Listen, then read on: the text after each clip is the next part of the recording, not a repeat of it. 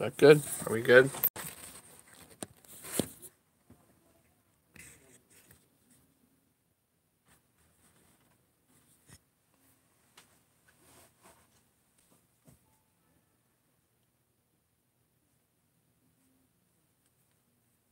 I know. Everybody's expecting me tonight, so I'm here, and it's New Year's.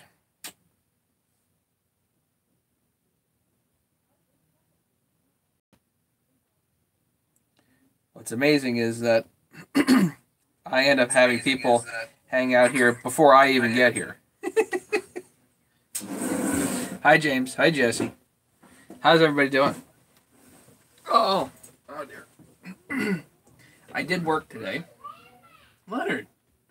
Leonard, is it already the new year down there?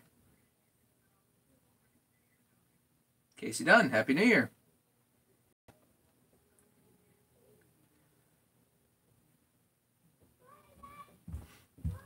So yeah, I'm just here, I guess, hanging out with you guys. I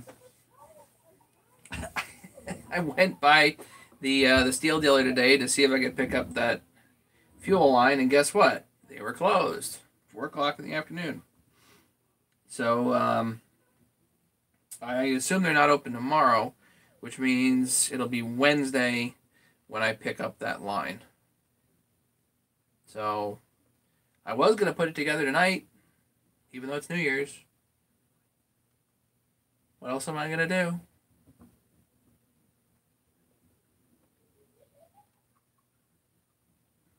All right, so we have James, Jesse, Leonard, Casey.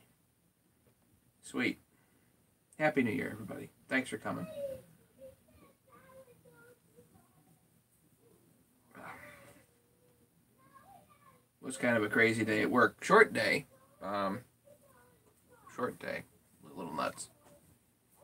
Whatever. So, what's everybody doing? I mean, obviously you're here, hanging out with me.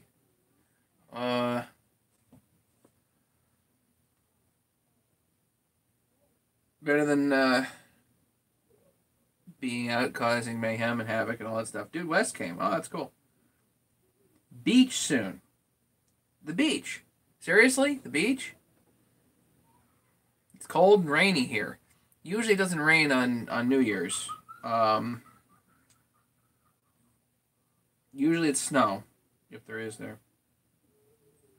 Hot there. You're saving for a very, very boring party.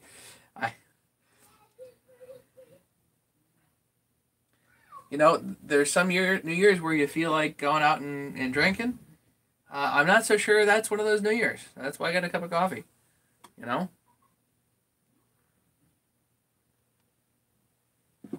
Gotta have a cup of coffee. Hi, Bob Smith. Hi, Matt. Turning up so you came on.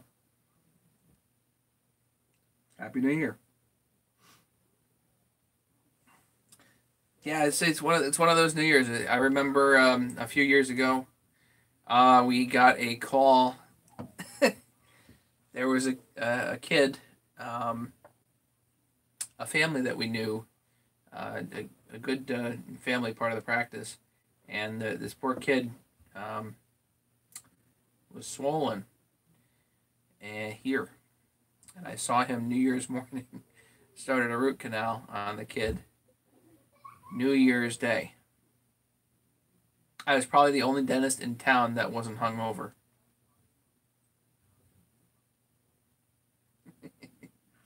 All the moochers are here at the house tonight.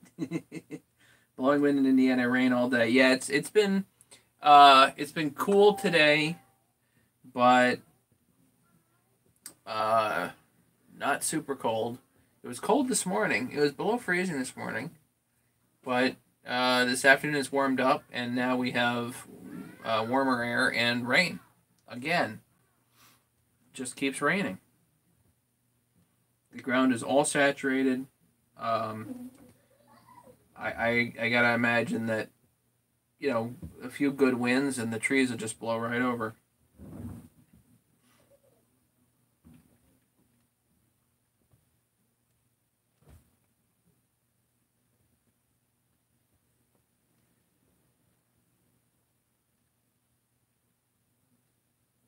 Winter is better, makes you want to do more. I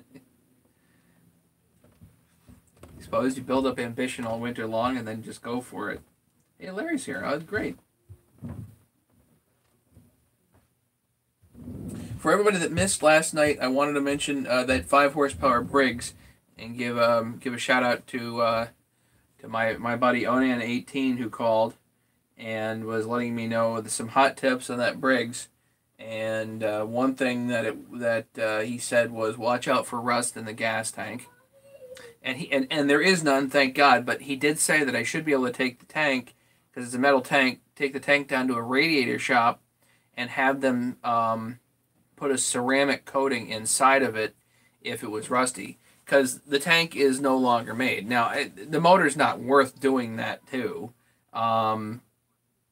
I'd probably sooner throw out the motor than do that, but if you really wanted to, you could do that, and that would indeed help extend the life on the tank.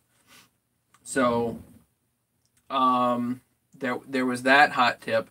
He also said that I really need to do a valve job on this. So he said actually what happens is as the valves wear in to the head, I guess the clearance gets tighter, not looser.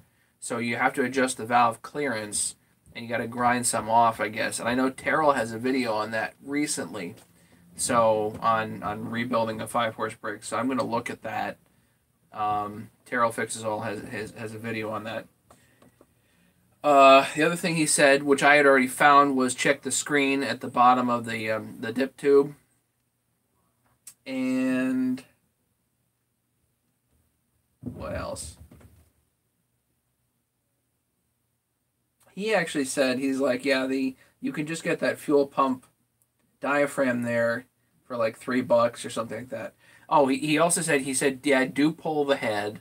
So I'm going to do that, and we'll do a valve job on it, which I've never done. So we'll do that, figure out how to do that.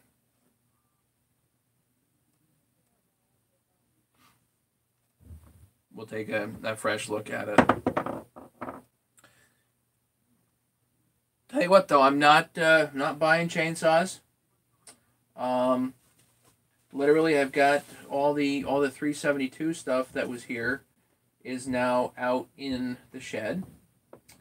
The only thing that's left are the couple of projects. I have the 200T here to fix, the 350 to finish off, which I'm almost done with, the 394 to finish off, which I'm almost done with. So I have those projects in the basement. Once they're out of the basement, that might be that.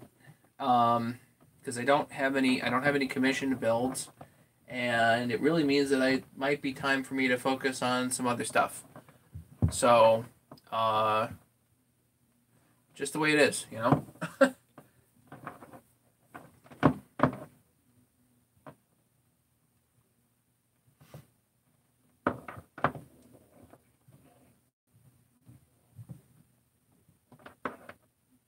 Work for Hardeman County Highway Department in Tennessee. We've been pushing trees out of the road all day long. I gotta imagine it's wet down there.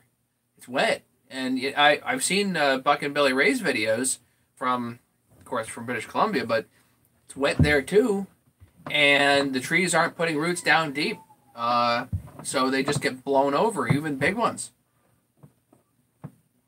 Show us how to pull teeth. Oh dear.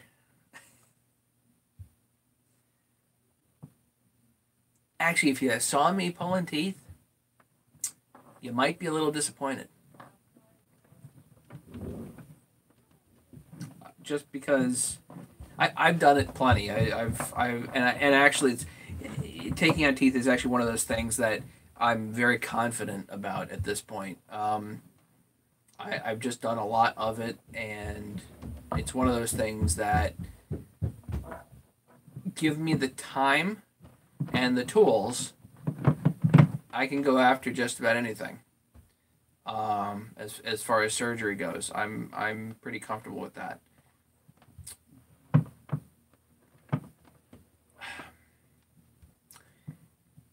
there's a lot of interesting things about if you go back, if you're a young dentist or pretty much young at anything, you end up with tunnel vision. If you're new at anything, you have this tunnel vision where you just can't see anything. Like, how do I describe it? The best way to describe it is like, for most people, is when you first start driving a car, your first day behind a wheel, you can't see anything except the first 5 feet in front of the car.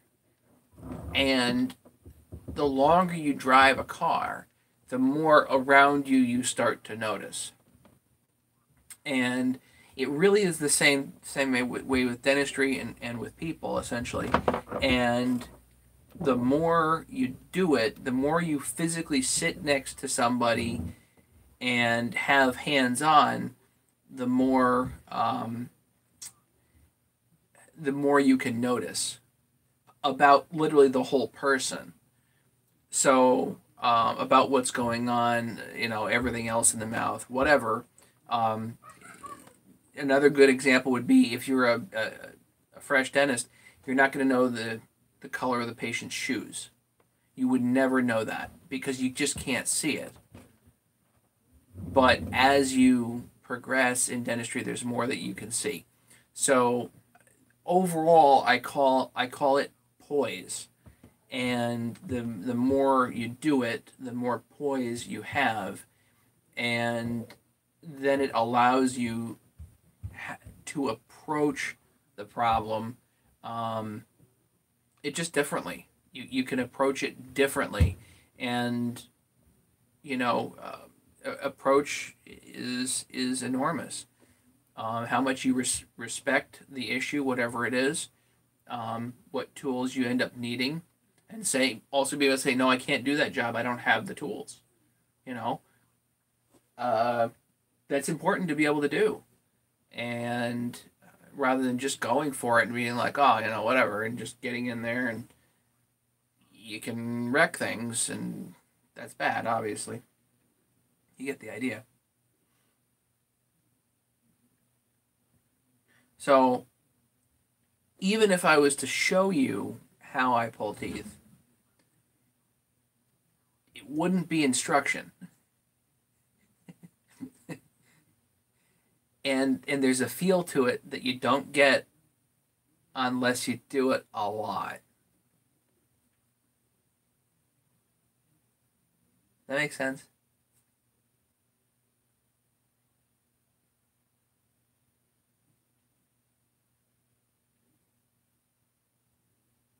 Nick, you got your tools. You did. What do you think, huh? They're fun, huh?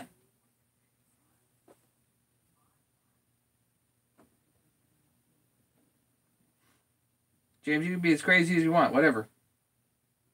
Close to 3 rows today, yikes. Yeah, Nick, those tools, as soon as you got it going, did you tell me you giggled just a little bit?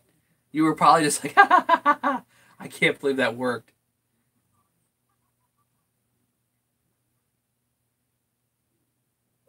I can't believe it either. I'm still thrilled every time I use the darn things.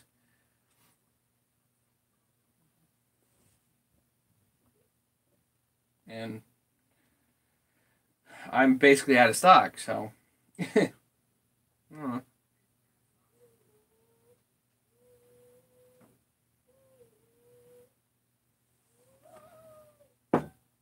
So I believe it, I would like to do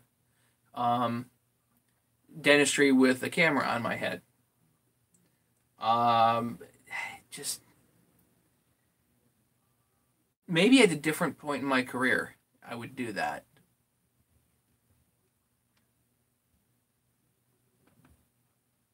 I'm just not there right now, and it's not because I'm not good enough. Um, I would have to have, at least the way I envision it is I would have to have basically a dedicated practice where my patients were mine and they knew coming in that they were getting videoed.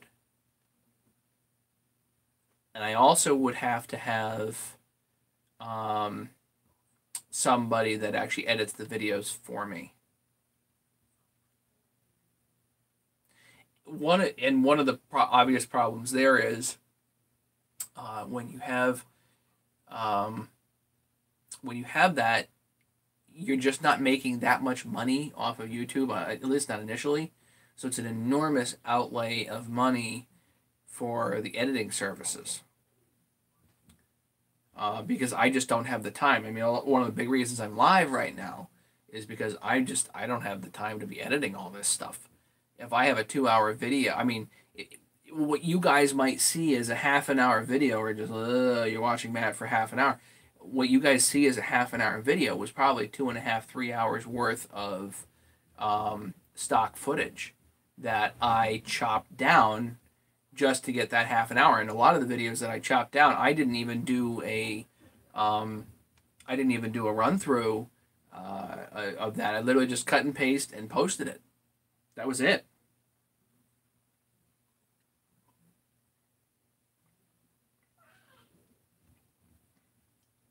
Leonard says yes. James says no. You could do my teeth need more gold.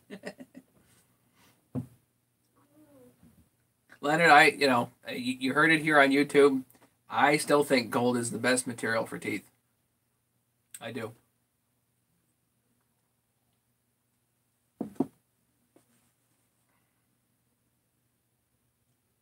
It's got to be properly done. But I still think gold is the best material for teeth.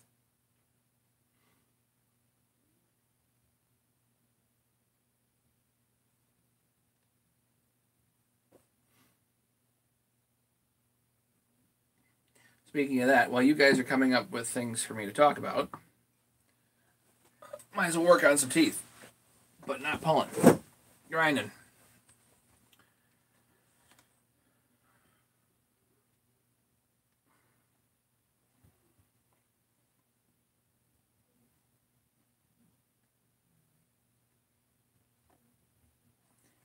I'm just thinking.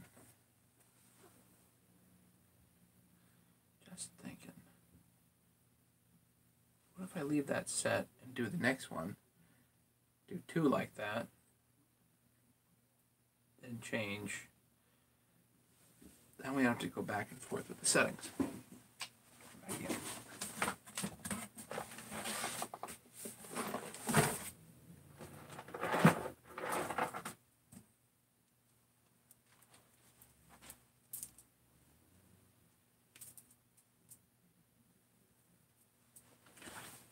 So yeah, Nick. Did you run into any issues? Did you have any questions with the tools?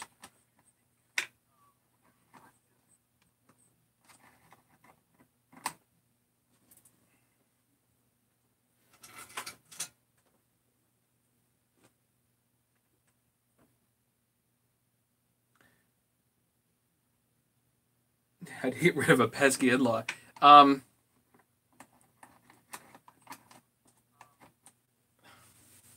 Start developing a nervous twitch. Do you want to get closer? Okay. Let me work on that. Hang on a second. I thought you'd never ask. I guess we can just put that down for now. Let me put you down for a second. Hang on. Actually, I'm going to have to unplug it anyway, so I can plug this one in. Hang on, guys.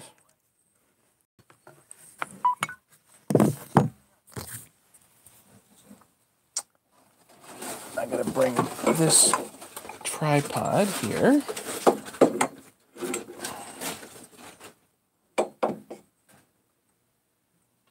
up and over. Now it's too tall. And actually, I think I can bring that down and bring that around and put you there.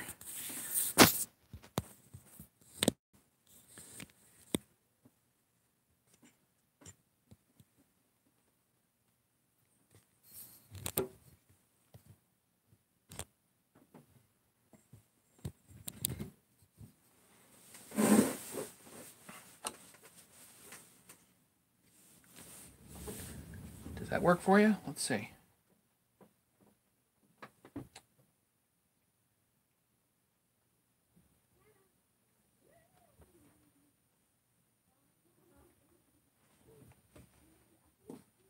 Let me see if I can find a little more light, too.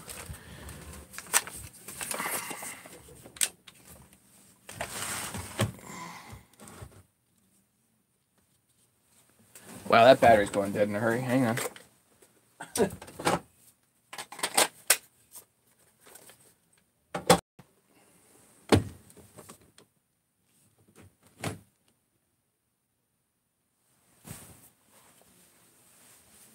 How's that?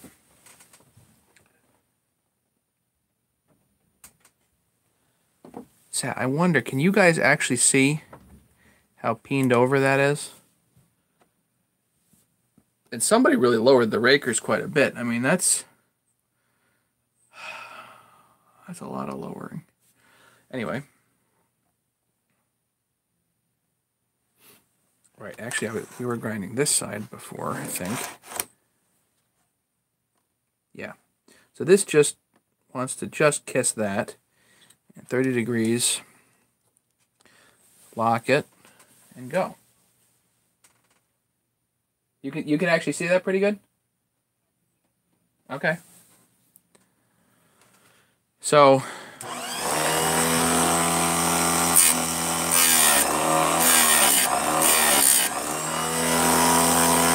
I need to take a little bit more.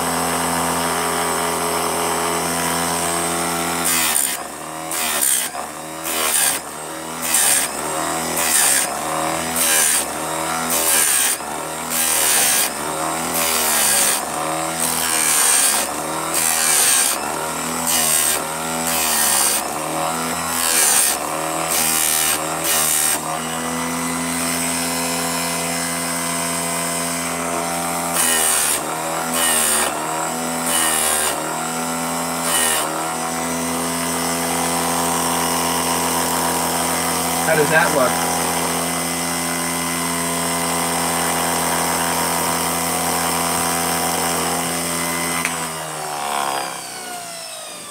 So how's the angle on that? Should I come down with the camera a little bit further so you can see? Yeah, maybe down a little bit further. Hang on.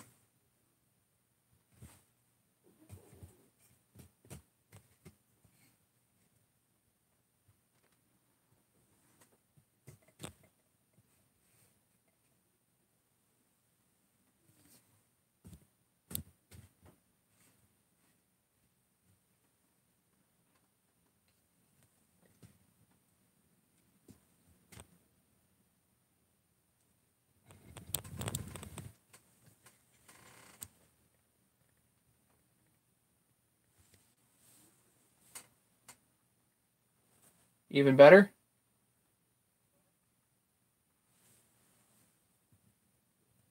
Go off. Oh, stuff in the way here. Hang on.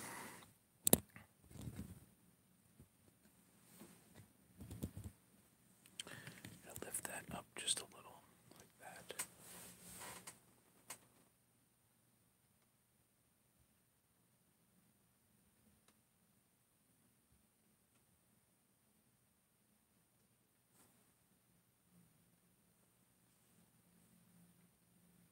How about that? Up a little more?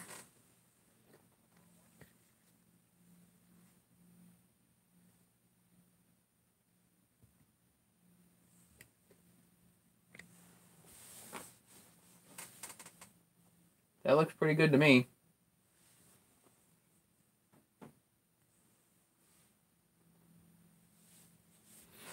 So, one thing that I look for on the teeth is I look for bluing. Certainly, if you run this in too hot, it starts to blue. Stephen Kroon, how's it going? Happy New Year. We're just sharpening a chain here, and this is not a how-to video on how to sharpen a chain. I'm mainly sharpening it just to hang out with you guys. But Edwin Grimm just found your site. Interesting. Welcome, Edwin. And just so Edwin knows, I've got another cell phone over here that I actually use just to monitor comments. So you're welcome to comment If you have any comments about saws or anything, then let me know, and hopefully I can answer whatever questions you have. So, just so Edwin and everybody else knows, there are lots of guys that do chainsaw sharpening videos. I am not one of them, mostly because sharpening chainsaw chains has been done to death, and there are lots of ways to do it, and I am not an expert on sharpening. So I just happen to be doing this just so I can hang out with you guys and have something to do. I don't have a particular other project that I'm working on. It's raining outside. It's New Year's Eve, but I'm not feeling like partying. So, yeah, I'm down here in the basement sharpening chains. Edwin, is there anything, any questions, anything I can answer for you?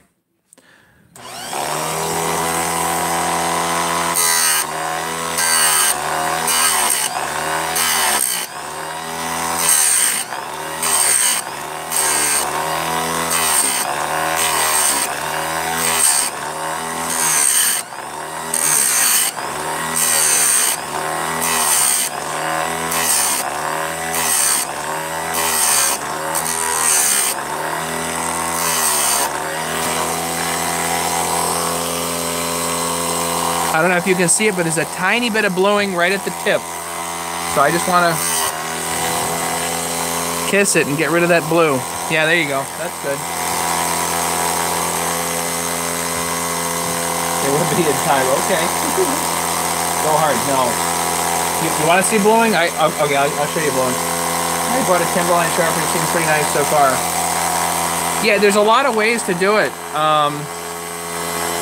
There just are lots of ways. Gotta go hard like that. Now the tip is blue. Can you see it?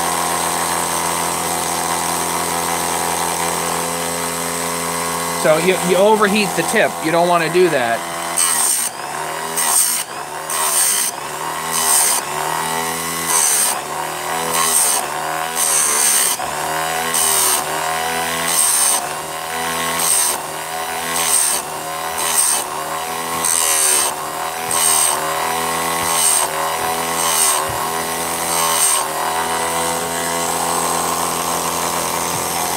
That's good.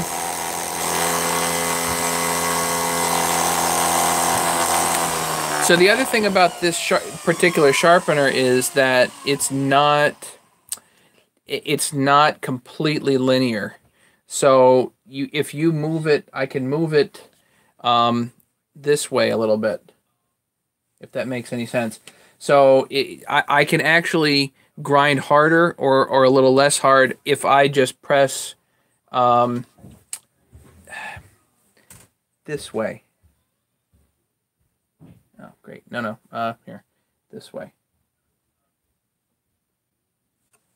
So it doesn't travel in a completely linear path. There's a little bit of give to it. So what I'll do is I'll set the depth, but I will initially try to move this slightly away from the cutter, bring it in, and go slower rather than jamming it in initially, you know. But you really don't want to blue the cutter. You'll take the temper right out of it, and then it'll lose its edge a whole lot faster.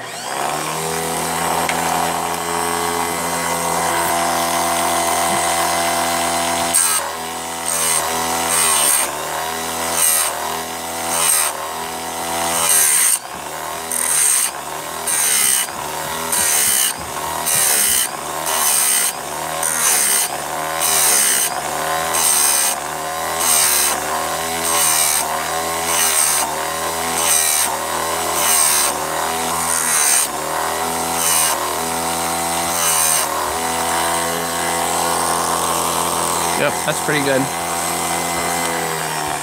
So another thing to show is that, as you can see, the profile of the wheel here does make a difference. And really, when I grind the very edge, I want to be grinding on the side of the wheel. So because that gives me a consistency, you know.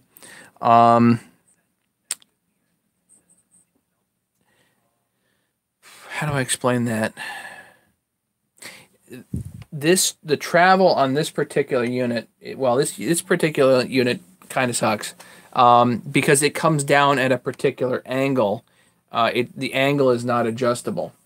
So if I wanted a little bit more hook angle, then there really is no good way to do that.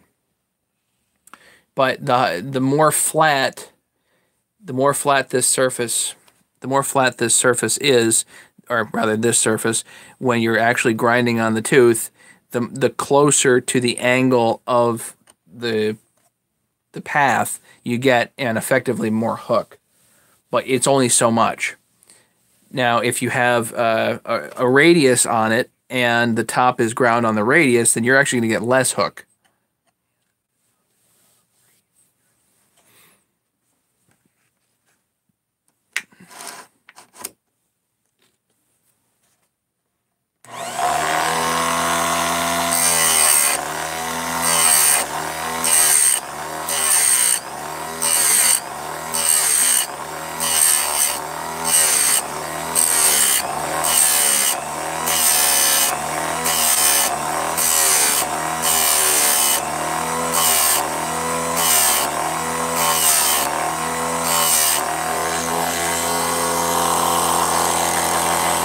Pretty good.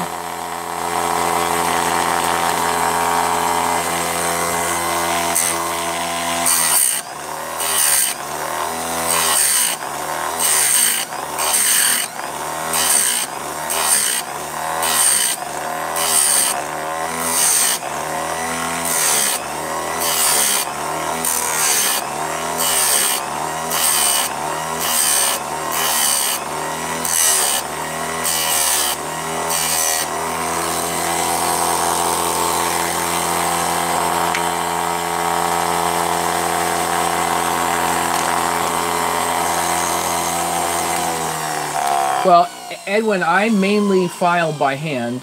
I don't do lots and lots of grinding. If I'm out working, I usually file by hand. And a good general rule, I think, and my dad uses this, is to touch up the chain every tank of fuel, and then you only have to go a couple of strokes on the chain to keep it to keep the chain nice. But if you have a bunch of chain that are kind of rocked, like this one's, I don't know what's going on with this one, but if you got a bunch of chain that are rocked, then the fastest way to get them back to pseudo-functional is this. I think this is considerably faster than hand filing. But you do have to go back and adjust the rakers, ideally. So, and ideally you adjust the rakers all as individuals to the tooth. Takes a lot of time to do that, and a lot of patience, and I don't have that kind of time or patience, but that's what you're supposed to do. So, a raker gauge and make sure that everything's set accordingly.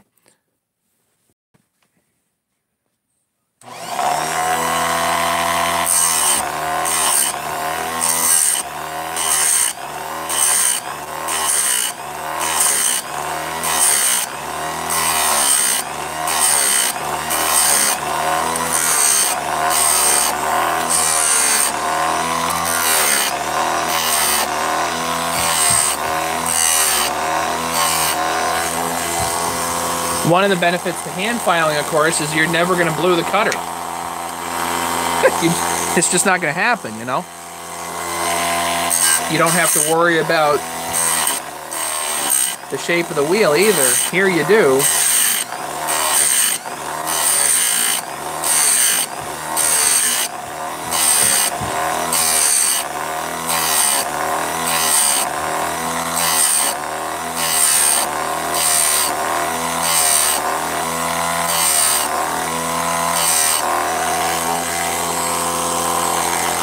And ideally with this, it'd be nice to just zing, zing, and that's it. But that's just not the way this the type of shape this chain is in. This chain needs a lot of help.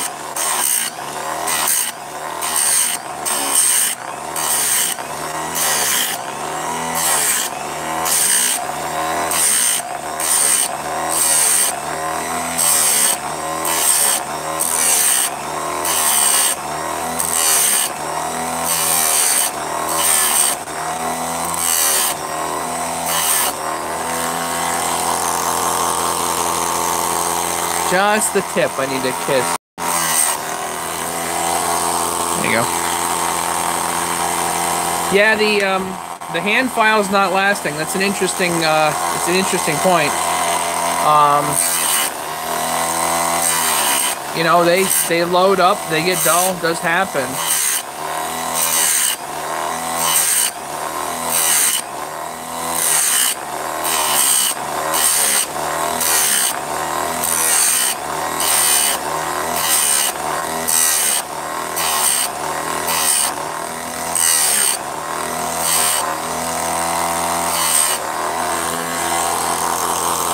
There you go.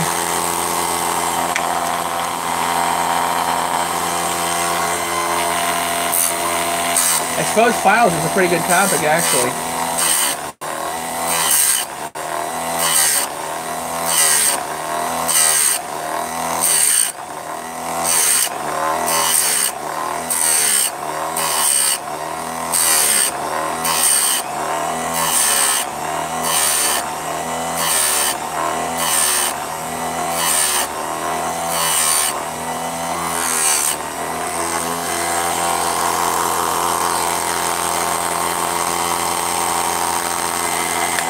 You know, just looking at it, what would be cool is to essentially put a different rock on here that was thicker and profiled flat, so it would get the raker at the same time. But it wouldn't fit inside this cover. I'd have to custom make a cover. That would be cool if you could do that, huh? Basically put a spacer between the, basically use a worn out stone, you know, use a worn out wheel. Profile it just right so that when you come down, it kisses both at the same time. That'd be pretty cool.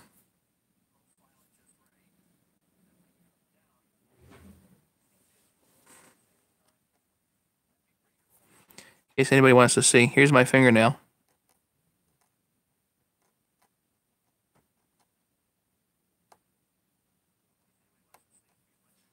I guess that's pretty sharp.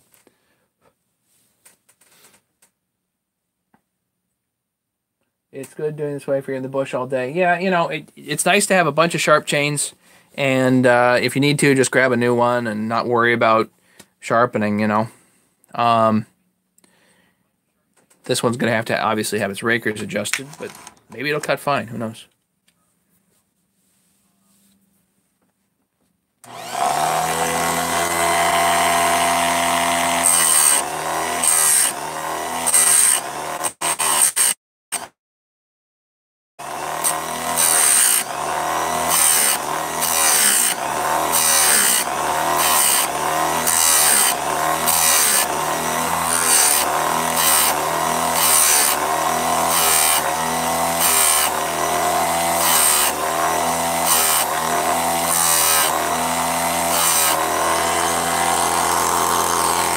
Yep, that's good.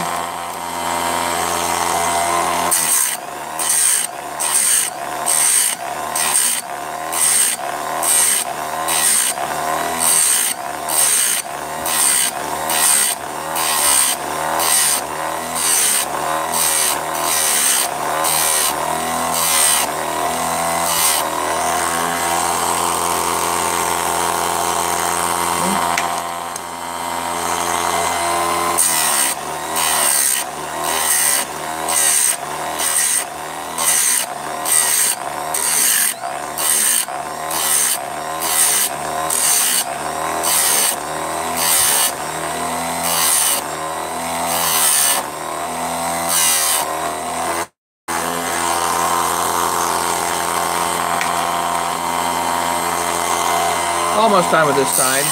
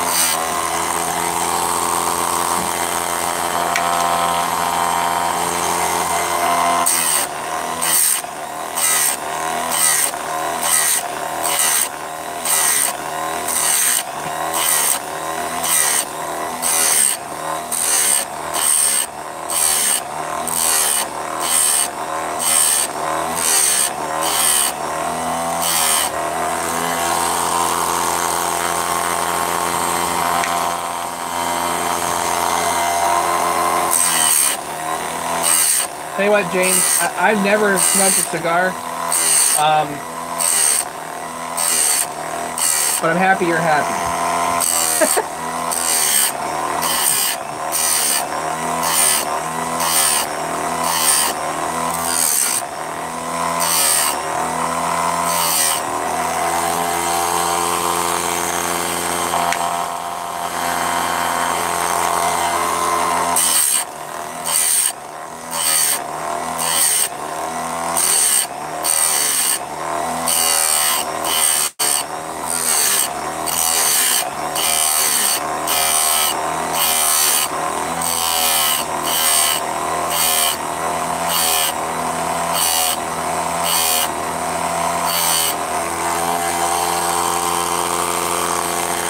Okay.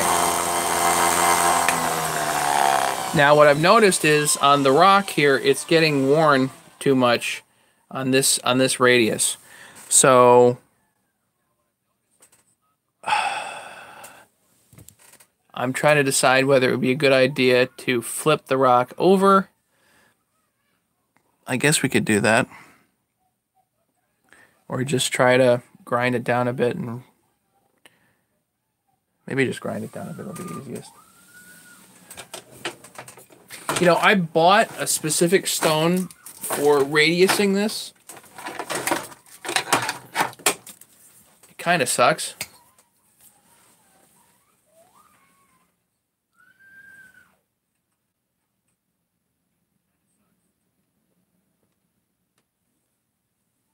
I've got a diamond though.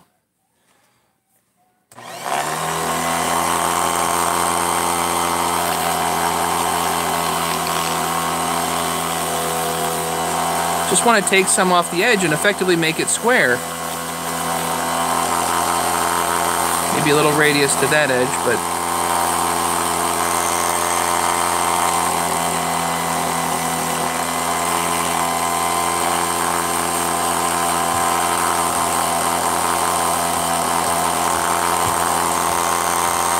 there.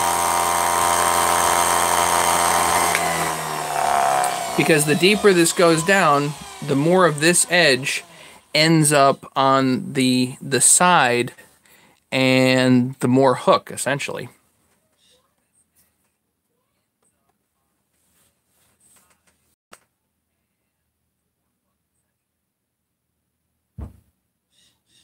Got a lot I could be doing. Foot tools will not fit my hands today.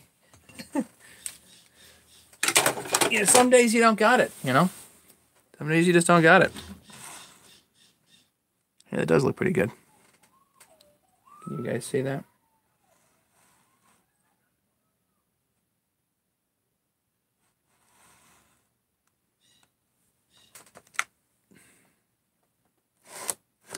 So now I got to adjust the depth again for sure. So I set to 30. So I'm grinding this at 30 degrees.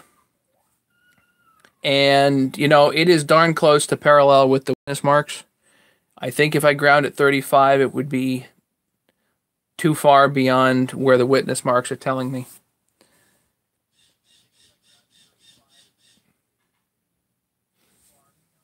Oh, what angle are you sharpening? 30 degrees. I'm, you know, if I've ground at 35 before, and I've ground at 10 for milling, but I think 35 is a bit much for if you're trying to go parallel to the witness mark, which is on the back of the tooth here, then 30 degrees is the ticket. So now I have to back this off.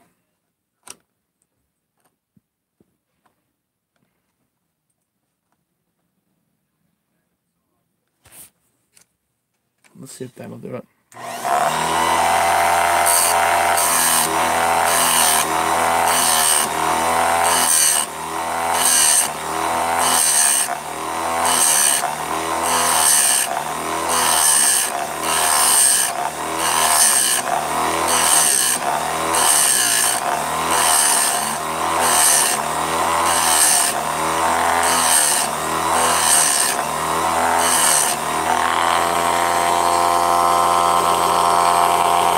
Yeah, that looks pretty good.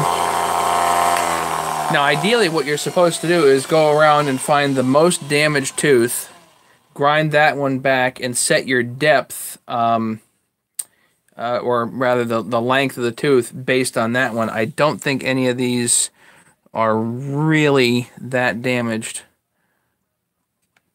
Although, who knows? Let's see here.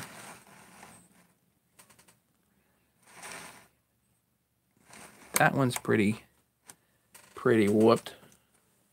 Let's check and see how this goes on that one.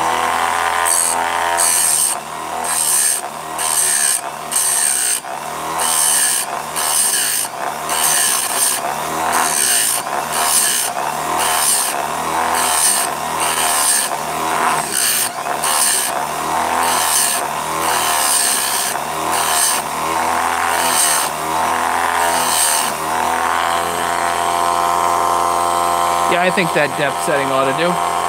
It clears it up right up to the corner. And that corner's sharp, so that's fine.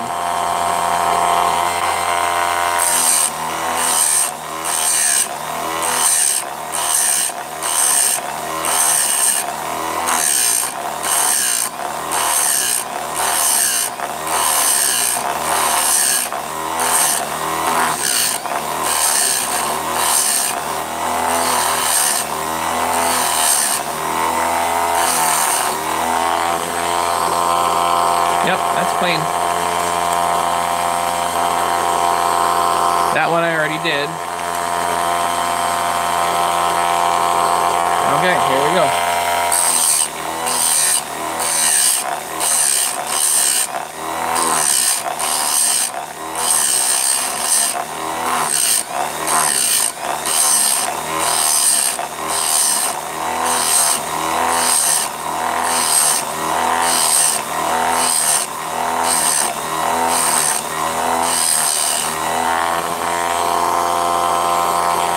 Just to emphasize, this is not the way to sharpen. There are lots of ways to do it. This is not an instructional video. I'm not trying to instruct you guys on how to do this. We're just hanging out, right? Good.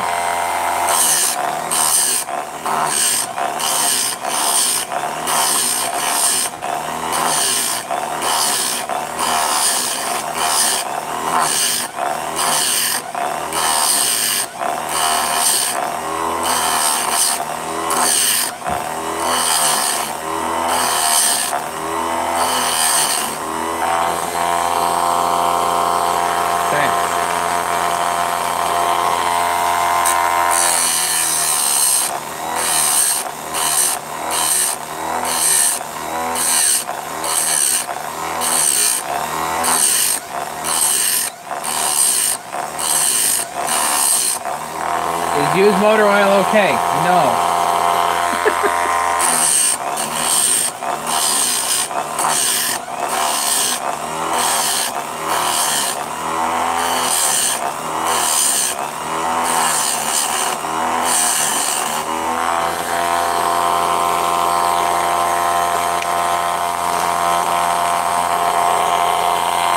How's the light? Are you still good? Yeah.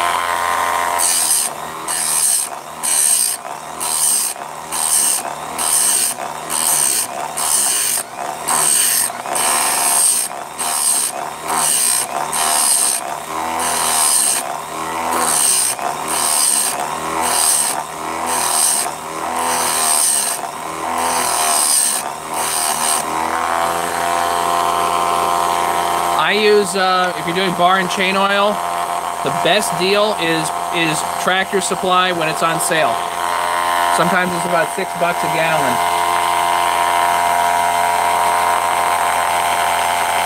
Yeah, $6 a gallon.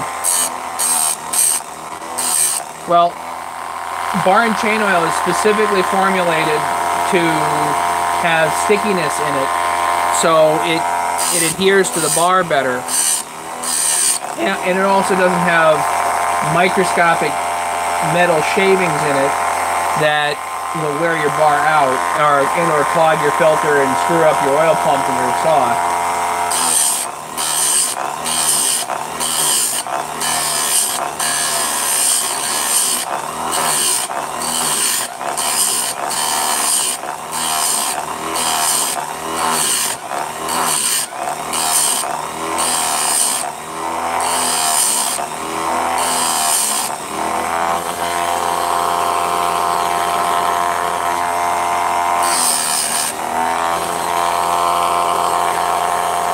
clean.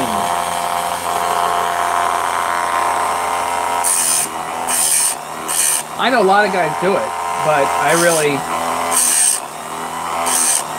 don't. I just doesn't make any sense. If you get Tractor Supply bar oil, it's cheap.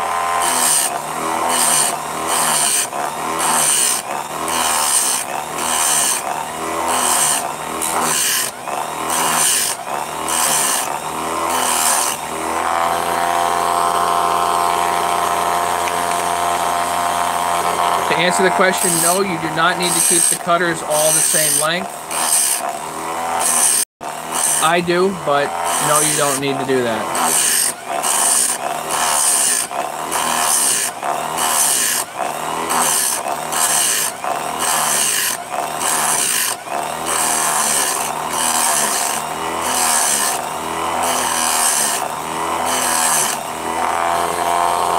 As long as the rakers are set to the right height, it'll cut straight. But you have to tailor the raker to each individual tooth, ideally. And I don't feel like doing that. So I keep the cutters all the same. And then make even adjustments on the rakers to keep everything as even as possible. Just how I do it.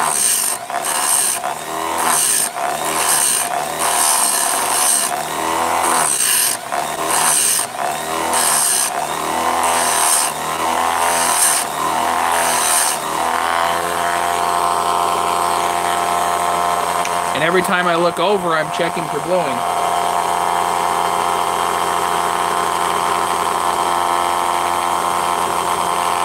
Go to beach time, Leonard. Yes, absolutely. Go have fun. Have a great time, Leonard. Yeah, $6 a gallon is really cheap. If you can get it, get a bunch of it when you go.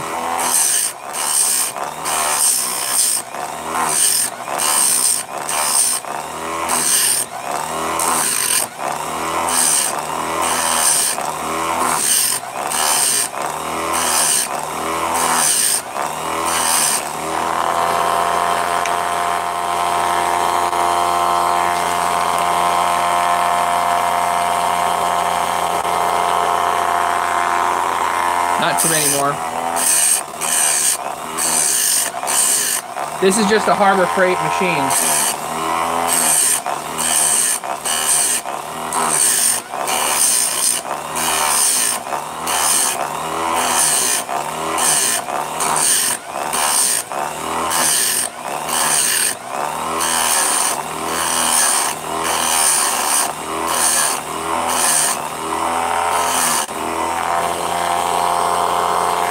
I think I paid 20 bucks for it off of Craigslist.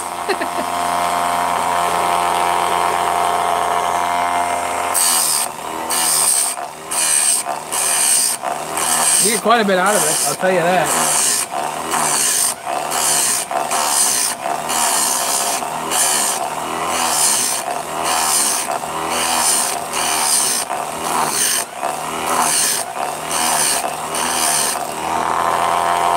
I wouldn't necessarily recommend it because I'd like to have a little bit more adjustment. I'd like to be able to adjust this so it comes in at a steeper angle. Just a little bit, you know? But I don't have it, so whatever.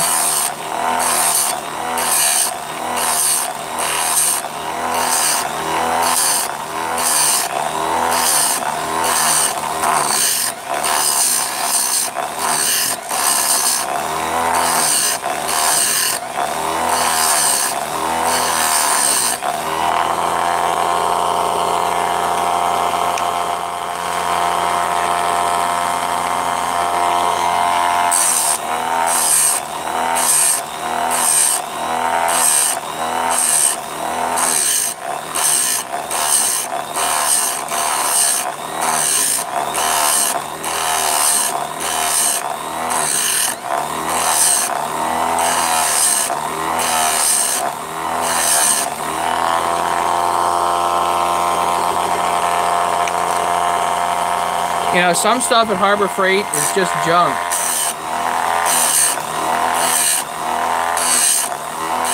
Some stuff is fine.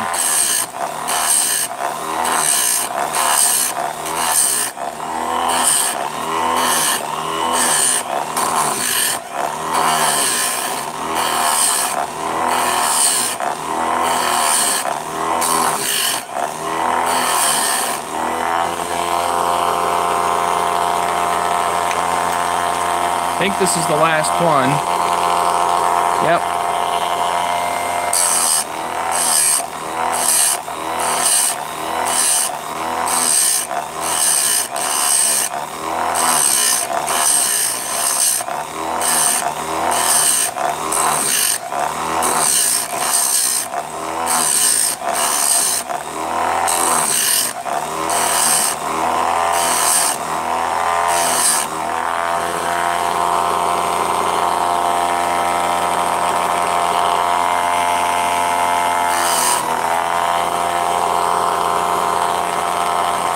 That's it.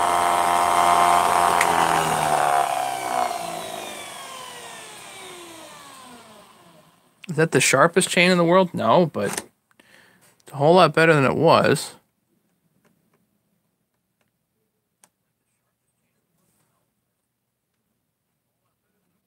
That corner pulls pieces of my fingernail off. I'd say it's pretty good.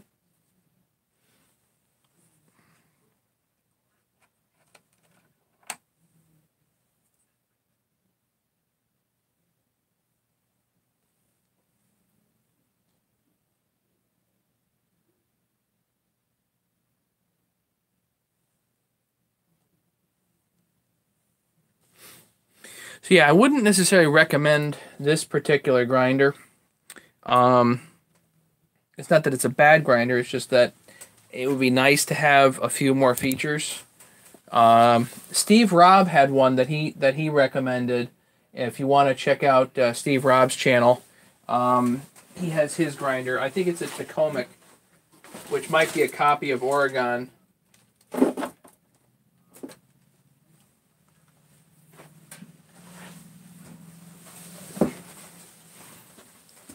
Edwin, I'll tell you the really dumb thing. I don't even do that much cutting. I have half an acre in Connecticut, and I have effectively basically no trees on the property to cut. Isn't true? I guess I have a couple more that I got to do, but I have some pines I have to take down. But it's not like I do tons of cutting. I have a dozen saws. And even though we have 7 guys here, the infomercial of the night is I do have a couple of 394s that are up for sale. So if anybody wants a 394, custom made, or rather just hand built, not really custom made. Did I sell that bag of chains? No, I didn't. But I have it's probably more than a dozen chains in there that I've done all like this.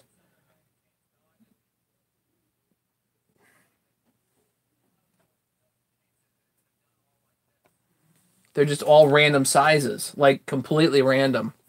So, whatever. They're just nothing I can use. I think $50 shipped, James.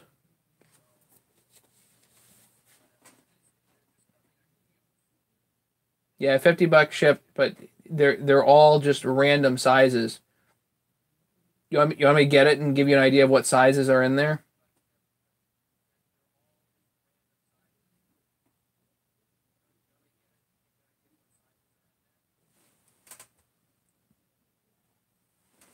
John Clark, you made it.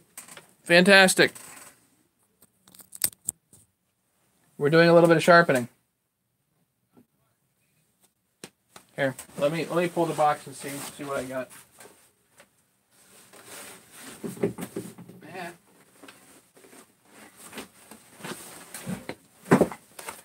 So let's see. Did I sharpen that? Yeah. 56 drive link, low pro, 050, semi chisel steel. There's about more than half life left on that one. 78 drive link, 325, 050. Did I sharpen that? I did hit that, but that probably needs a little bit more work. 56 drive link, 050 low pro. Not even sure. That's safety chain. 60 drive link. Um, 6 drive link steel chain. 3/8 050 full chisel. So yeah, so 70. This is it's basically the same chain I'm sharpening here, just 60 drive length. It's shorter. And how much life is on that? That's like 3/4 life. Mac chain, 61 drive link, 3/8 058 semi chisel. And most of these I've run on the grinder. Oregon 72 safety chain, semi chisel, 70 drive length, 3/8 050.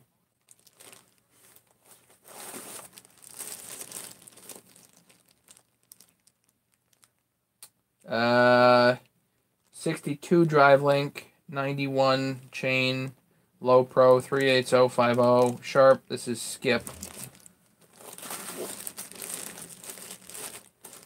325 058 78 drive link, safety chain. It says 33 on it. I think that's Oregon. That's Oregon chain.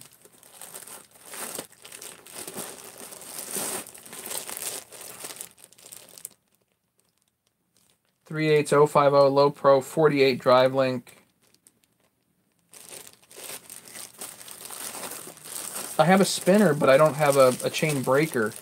So here's full chisel, 325 058 72 drive link. Don't know the brand. It says K2 on it.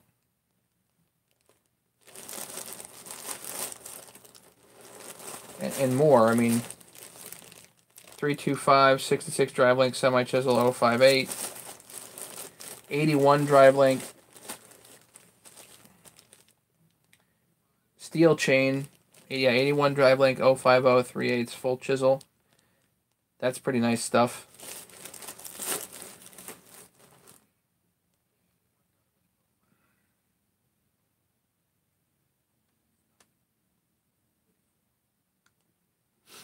Yeah, John, no question. You know, setting this thing up and whatnot, it's time and all that stuff. If I have rock chains, then I grab this thing, and especially during the wintertime, I save up some rock chains. Thanks to let you know Thursday. So yeah, you get the idea. I mean, this is all just a pile of randomness here. Here's 84 drive link, 72 Oregon skip.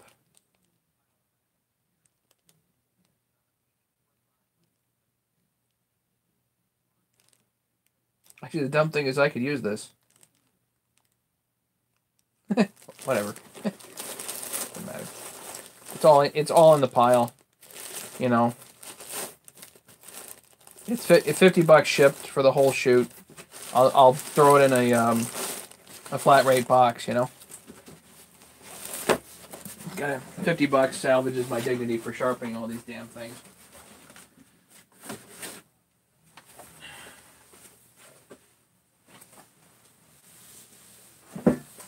Yeah, if you can use them, that'd be awesome. At least somebody can use them, because I can't.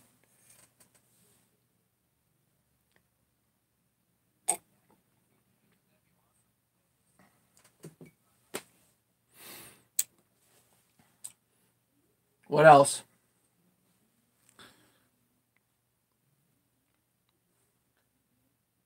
Sarge, I think you can use a 394 that I have sitting around.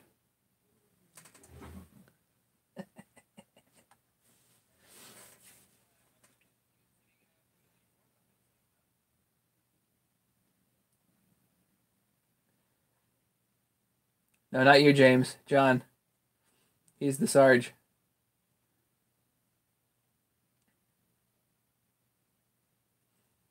And yes, James, you could use a 394 also. I have two of them, so you could, you both could have one. Yeah, I have two now. I still have two. The second one is just not fully put together. I'm waiting on parts.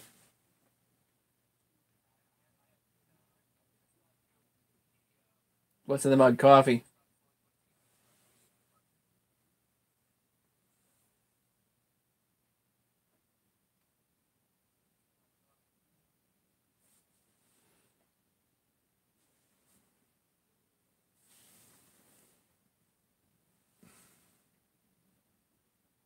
See, I don't need the 660. I've already got one.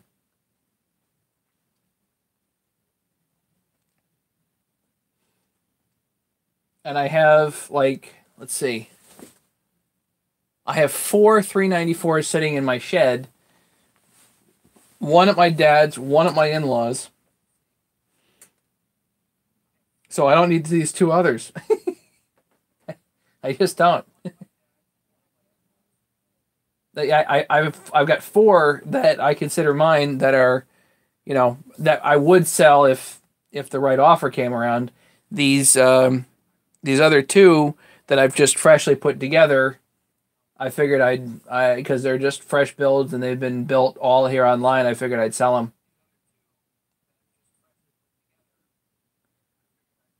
James, that's not my problem.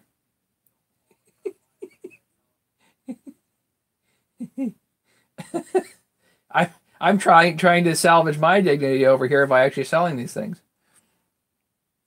I bet I got $700 a piece into them.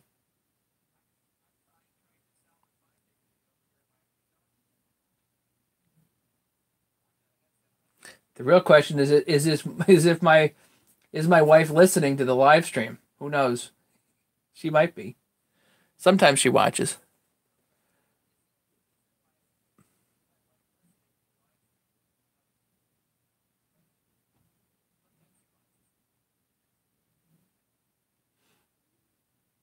What should we do? Should we do this other? I have this other chain to finish up here. We can get that done. And then maybe call it a night, I think. Yeah, it's just coffee. You had my death warrant. No, you'd be the one writing the check. I might be facilitating a little bit. Yeah, it's just coffee, John.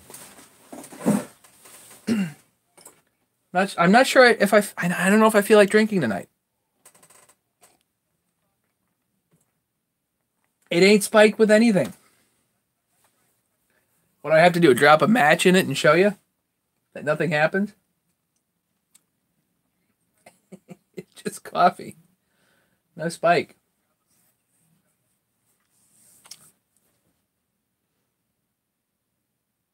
Poof. All right, let's work on this, and you guys can heckle me while I'm finishing this up here.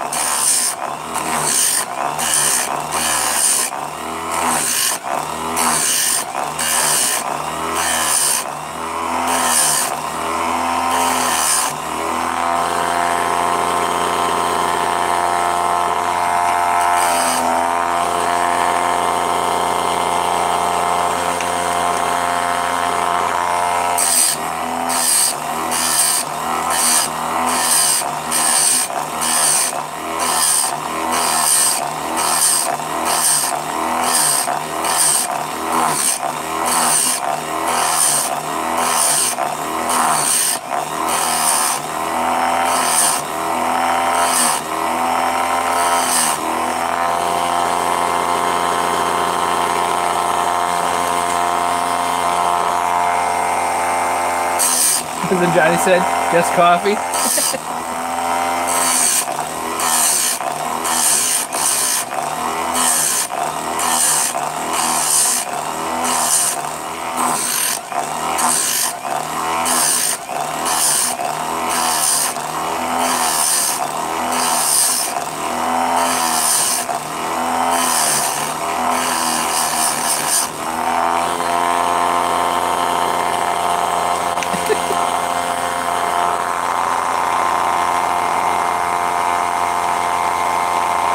It ain't deep blue yet. Why did I stop?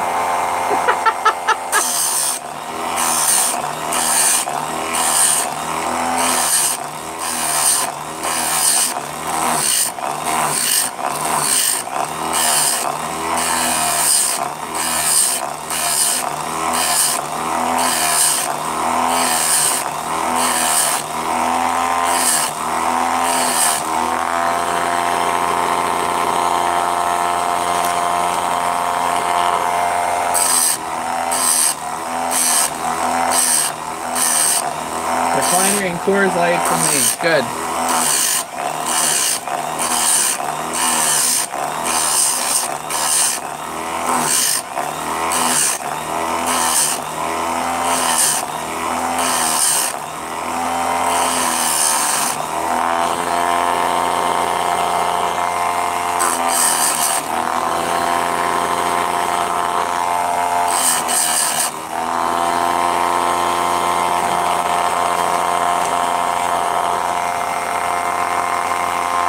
Yeah, the rakers are, I don't know. We have to see how it cuts.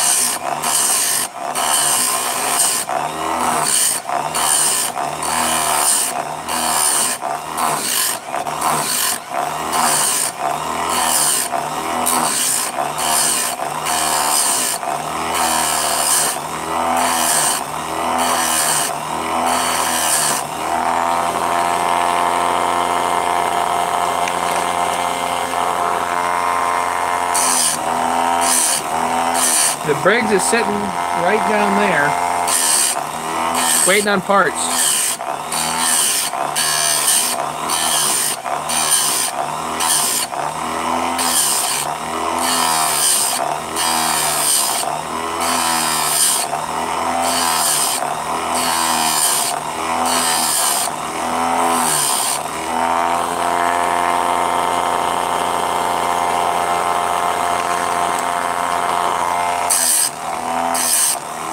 I have a overhaul kit coming for the carburetor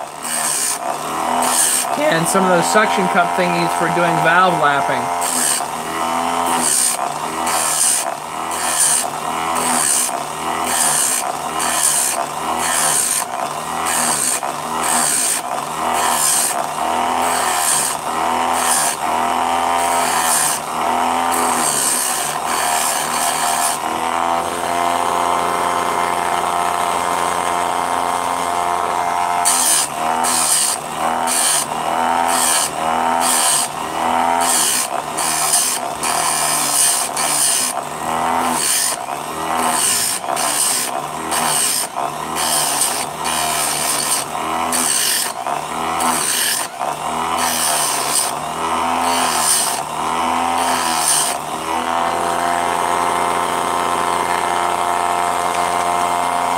Probably not too many more here.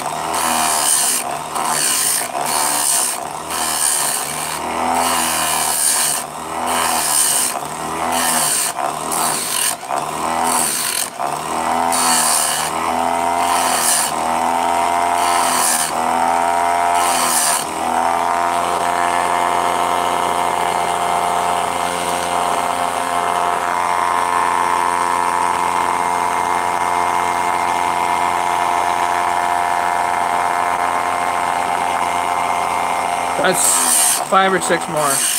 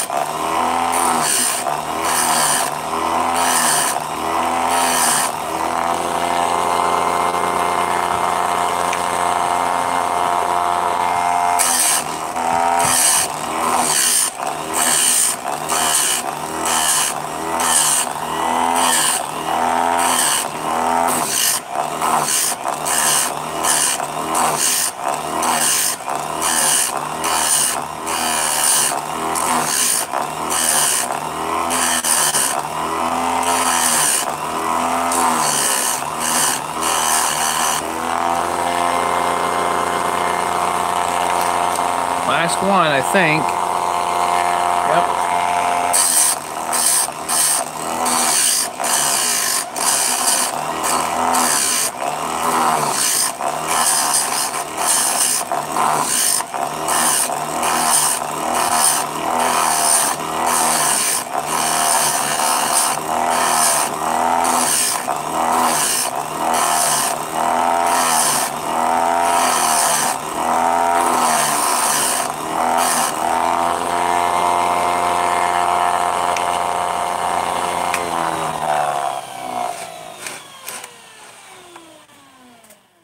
Yep.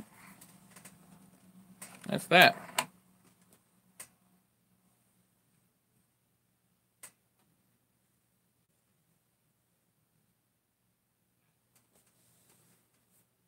So I gotta adjust the rakers later, obviously, but actually these rakers are pretty down. So whatever. What time do I go live? Usually in the evenings.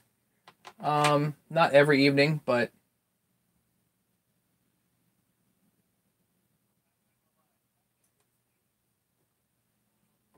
it depends. I've been live quite a bit lately, but yeah, a few months ago I kind of got addicted to it, and I think other people kind of got addicted to it too. You guys take me way more seriously than I take myself, so yeah, let's do this.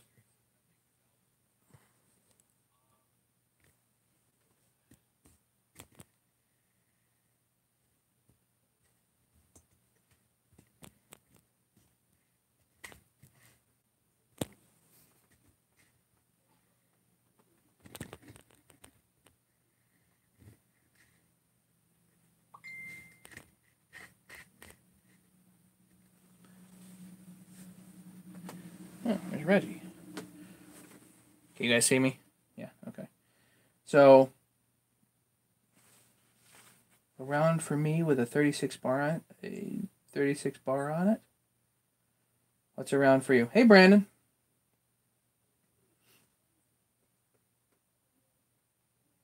John, I don't understand. With a 36 bar, I don't understand. Sorry. What's going on, Brandon? I was just here sharpening a few chains, and then I'm gonna call it an evening, I think. You know?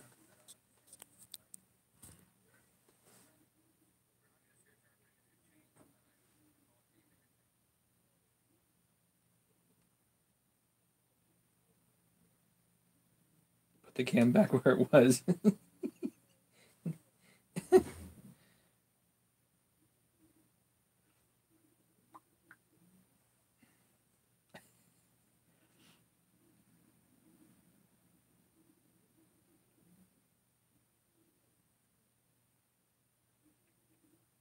The chain I was working on were just 20-inch 38050 72 drive link chains. Yeah.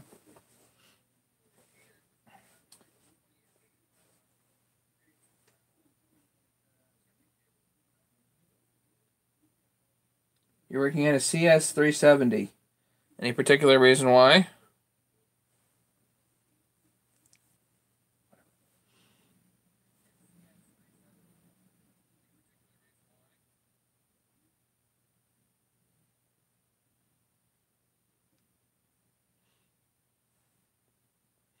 The one Echo that I did work on, there were some aspects of it that I really liked, and there were some aspects of it that's like, huh? But whatever, you know. And basically, I think every saw is like that. There's definitely not. I haven't seen a saw yet that I'm like that I really have thought that every aspect of that saw is built amazingly well. I really haven't seen a saw like that yet, where it's all, you know, super simple, well engineered, straightforward, easy to put together, easy to take apart, all that stuff.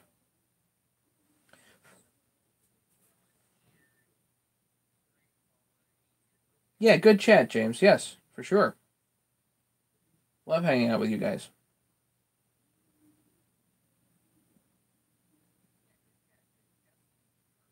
You got some engine degreaser in the clutch?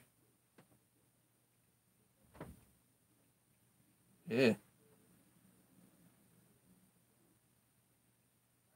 Just hit it with brake cleaner.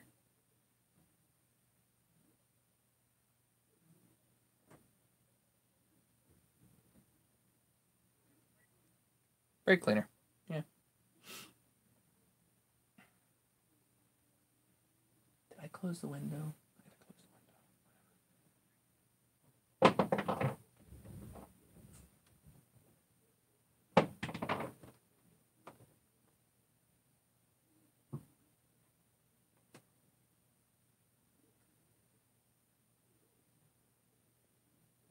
What else?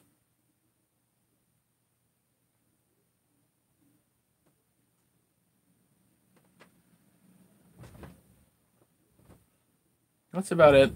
There's really nothing super duper exciting otherwise going on.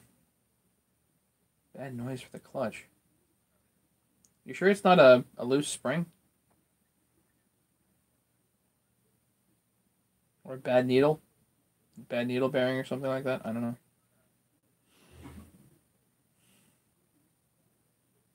I forgot to put the needle bearing in one day. Put the drum on, no needle bearing. Whoops. Walt will disagree with you about perfect size John threads.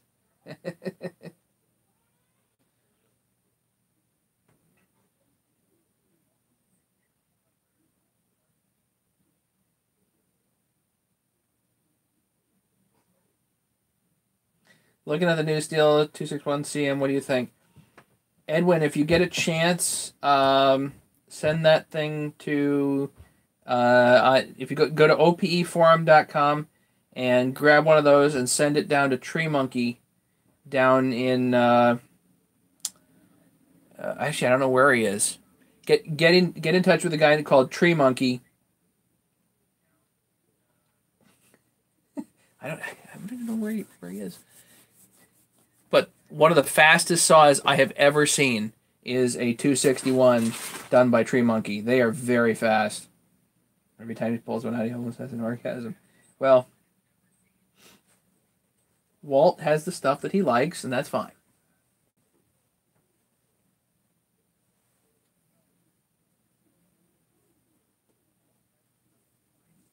I think Walt's just going to keep collecting saws.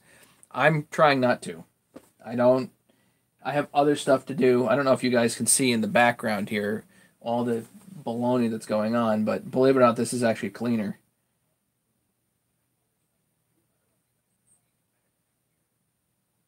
I got to sell tools. I gotta get the house in much better shape. I got to start getting rid of stuff and finishing off projects, which is tricky for me.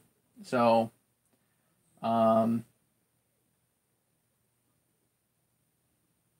yeah.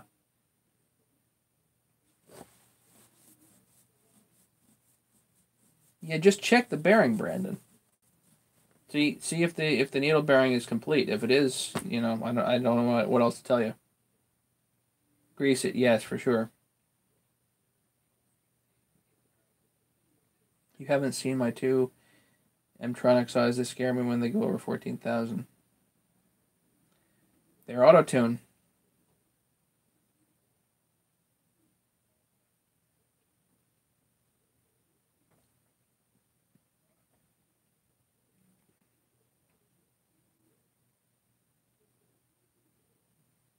Some saws wind up over there, and it's over 14 grand, and it's not a problem.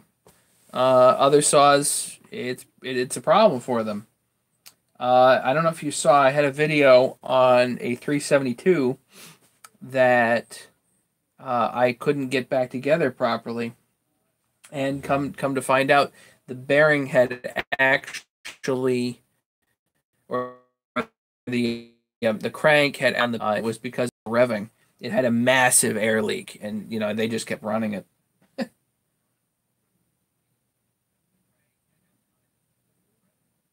Brandon, you can't make a clutch tool?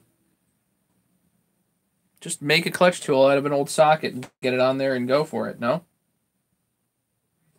Is it a tri-lobe clutch or is it a two-lobe clutch? Get an old socket, go down to the pawn shop, pick up an old an old socket and stick it on there and grind on it if you need to.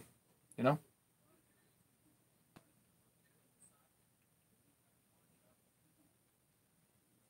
Should cost you a grand total of 50 cents. Where's my... Oh, it's upstairs.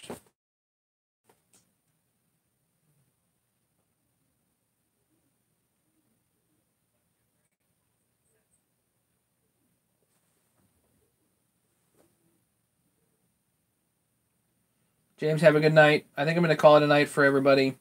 So thank you guys for making it a great year. It's really been, this has been fun. I'm really getting a kick out of doing this live stuff, and I hope you guys are too. I wish I had more interesting stuff going forward. I don't know really what's going to happen, again, because I'm going to be really hopefully short on time going forward. I've got other stuff to do, and I don't think that a lot of the stuff that I'm going to do probably won't be worthy of putting up to show you guys. Still, if I find something interesting, I'll let you guys know. I mean, obviously all this is going forward. I need to finish that 394, the 200, and the 350. I need to work on that Briggs, so that'll take us out for the couple of weeks. And yeah, I'm gonna... Travis Henry, what'd you miss? Start over. Oh, shoot. Travis, you're killing me. I just sharpened a couple of chains. We had a good chat, and I'm calling it a night, I think.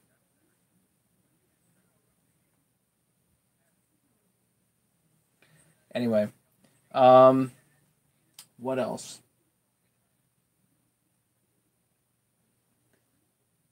Thanks, Edwin. Appreciate it.